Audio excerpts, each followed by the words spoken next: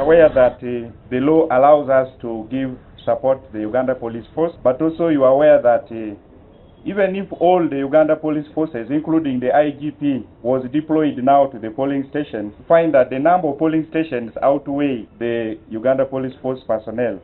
So it's inevitable that the UPDF will come in to give support to the Uganda Police Force so that we have peaceful election. But as the Uganda Coast Defense Force, while giving support to the Uganda Police Force to ensure electoral security, we call upon our citizens to abide by the Electoral Commission's guidelines. When you finish voting, please, you go home and then you wait for the time for the announcements of the results or the time for counting of it.